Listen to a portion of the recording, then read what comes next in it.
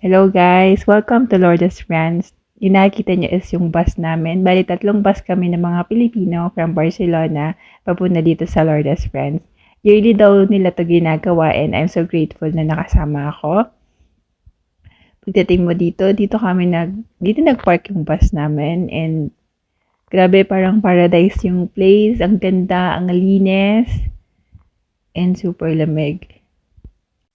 Summer kasi ngayon, so ang soothing ng place and really 100% your heart is at peace.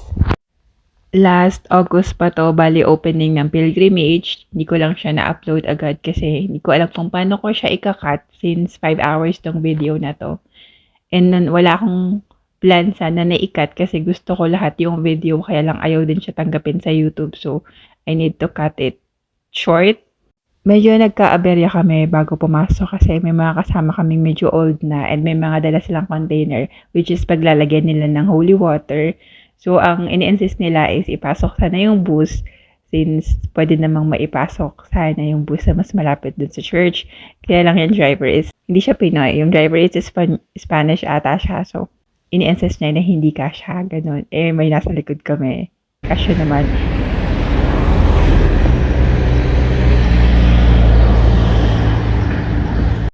Narinig niyo ba guys yung water?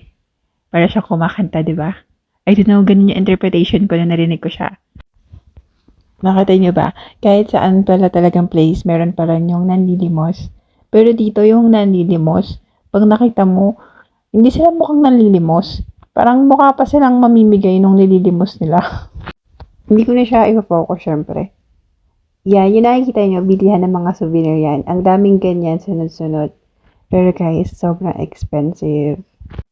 And naintindihan ko na yung sabi ng mga matatanda na magdala ng container kasi ang mahal pala nung pagbibili ka dito nung lalagyan mo ng container, nung lalagyan mo ng holy water.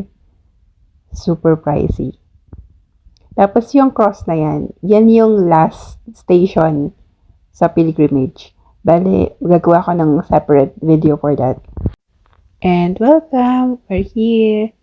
I will tour you around yung design ng simbahan na to. First time ko siya nakita, yung imitation niya, dun sa atin sa Pilipinas, sa San Jose del Monte, Bulacan, 2016, 2017 ko ata siya nakita. Ganito yung design na ginagawa doon. So, ito pala yung ginagayan dyan sa Bulacan. Explore natin siya guys in my next video. So, see you there!